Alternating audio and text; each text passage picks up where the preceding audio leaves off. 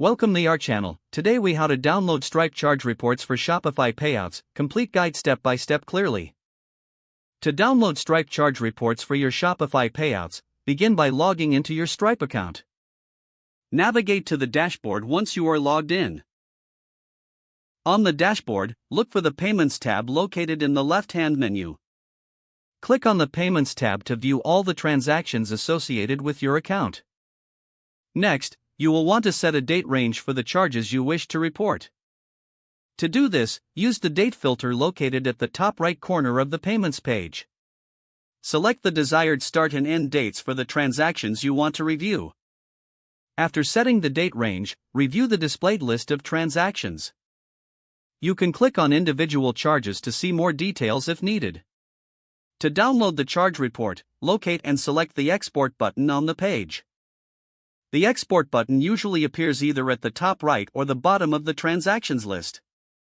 Choose the format you prefer for the report, such as CSV or Excel. Once you select your preferred format, confirm your choice to initiate the download. The report will then be generated based on your selected date range and will automatically download to your device. Now, head over to your Shopify admin panel by opening a new tab or window. Log into your Shopify account to access the admin dashboard. In the Shopify admin, look for the Analytics section on the left sidebar. Click on Reports under the Analytics section to view your payout details. Once in Reports, locate the Financial Reports option to track charges and payouts. Check if the reports align with the data you downloaded from Stripe. You can compare the figures to ensure everything matches up as expected. If discrepancies arise, refer back to your Stripe charges for further investigation. You have successfully downloaded Stripe charge reports for your Shopify payouts. Now you can analyze and manage your financials more efficiently.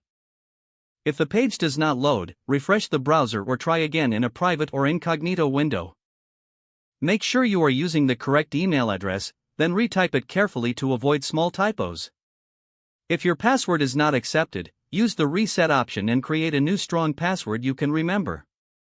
Check your spam folder for verification or security emails, then complete any requested confirmation steps. Don't forget to like this video and subscribe to our channel for more step-by-step tech guides.